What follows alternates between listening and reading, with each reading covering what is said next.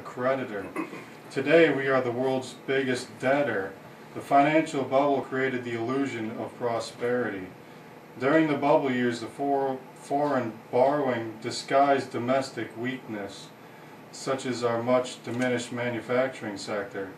For now, foreigners are still willing to lend vast sums, but that may not continue indefinitely. And just this past week, Brian, we saw where the nation of China was wondering about our how would you say they're holding so many of our treasury notes that we're wondering about how solvent we are. Go into that for us today. Yes, this is Associated Press yesterday. China's premier didn't say it in so many words, but the implied warning to Washington was blunt. Don't devalue the dollar through reckless spending. A little late for that, isn't it?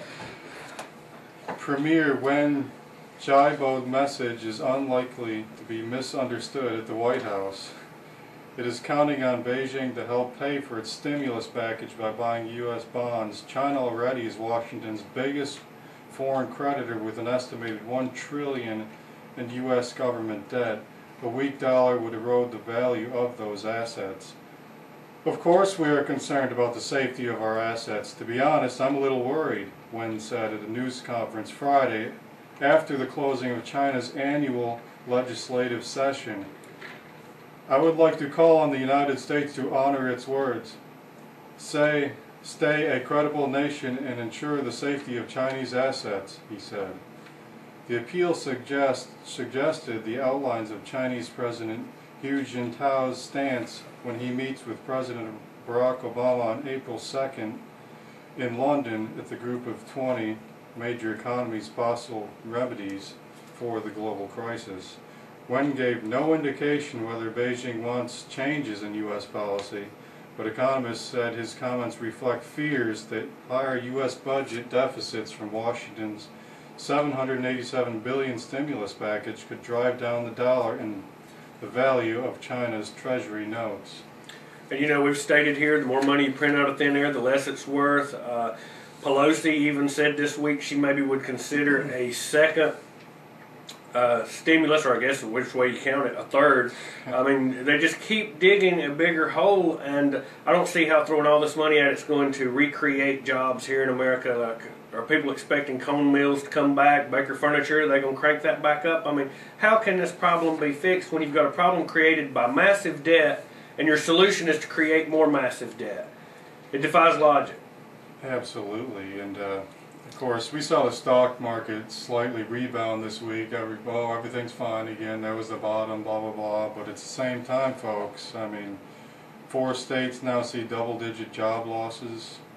I mean, come on. And I'd say it's much higher than just 4 states. Oh, absolutely. I mean, this is just the tip of the iceberg here. I believe we're going to see the entire nation here in a very short period of time fall into double-digit job. Well, we've got mainstream press reporting Sacramento, tent cities.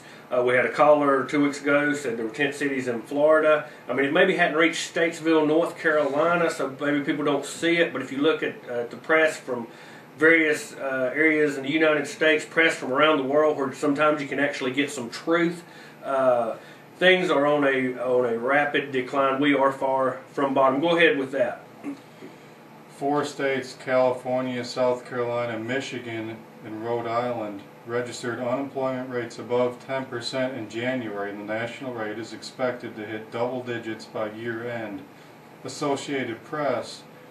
And was it Mark Sanford this week that said he didn't want any of the bailout money? Was it? Yeah, Governor of South Carolina. Yeah. He said Schwarzenegger said, "Oh, I'll take it." Yeah, well, yeah. Mark Sanford's probably smart.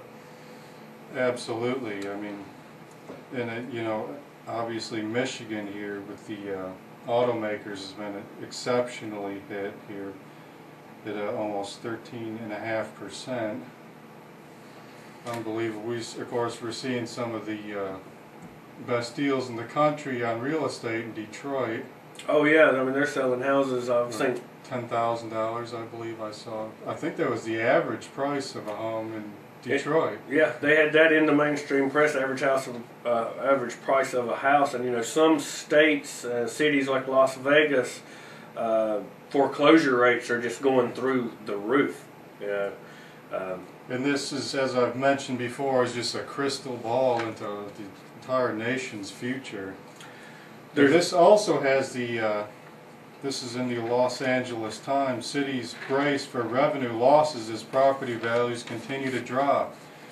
And this is Los Angeles Times. California, of course, is struggling for revenue, and now their tax revenue is going to go down because the real estate values have plunged so much, and people are screaming, hey, my house isn't worth that much, I'm not paying that much for taxes.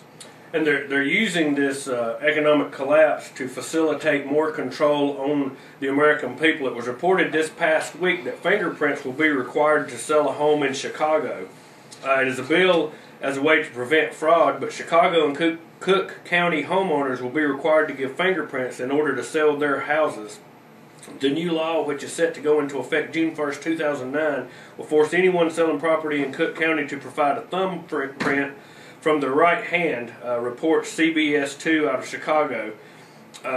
Chicagoans will have to pay the state to intrude on their privacy. The law specifies that consumers can be charged up to $25 to cover the fingerprint processing costs. We're in favor of it. Fraud has been a big problem for title companies like us. We don't think it will add too much of a burden on us, says Joseph Rogul of the Professional National Title Network. Chicago leads the nation in efforts to strip citizens of their rights. So we will see this economic collapse as people's properties are more and more devalued. The New World Order will use it to facilitate more control, losing of your rights. You cannot sell your house in Chicago as of June 1st unless you are thumbprinted. What do you think about that? How coincidental, our current president from Chicago. And of course, we can ask Larry Pratt about it. Chicago is one of the still has gun control. I think they still have like a DC ban on it in Chicago, or else you can only buy one gun a month. We reported on something about that maybe a month or so ago. This takes us into our interview here in a few minutes with Larry Pratt. Shootings in Germany, Alabama underscore violent side effects of psychiatric medications.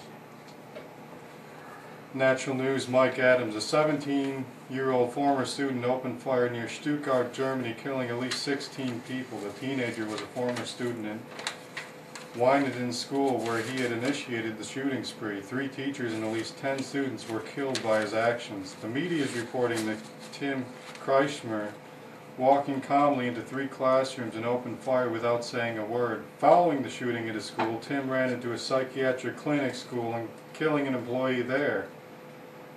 A day earlier, a man in his mid-30s opened fire in Alabama, killing 10 people before he was shot and killed by law enforcement.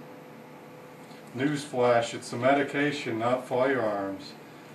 In seeing the news reports on these events, the ignorant masses quietly, quite predictably, leap to the conclusion that guns are the problem. Apparently in their minds these shootings were carried out solely by guns and have nothing whatsoever to do with the people pulling the triggers. But the truth is far more insidious. It is the psychiatric medications that are causing violent shooting sprees in America, Germany, and elsewhere. These dangerous psychiatric medications drastically imbalance brain chemistry, causing teens and adults to feel distance from reality, as if they are walking through a video game. In fact, this is exactly how the Columbine school shooters described their experience of carrying out the infamous shootings in Colorado. The report that Germany's shooter walked calmly into 3 classrooms and opened fire without saying a word is a strong indication that he was almost certainly suffering from the brain-altering side effects of psychiatric medication.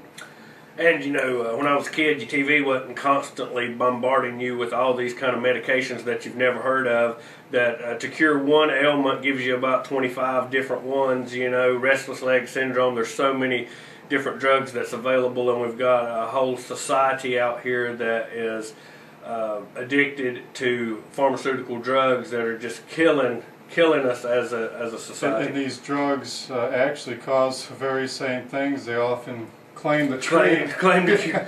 Okay, we are going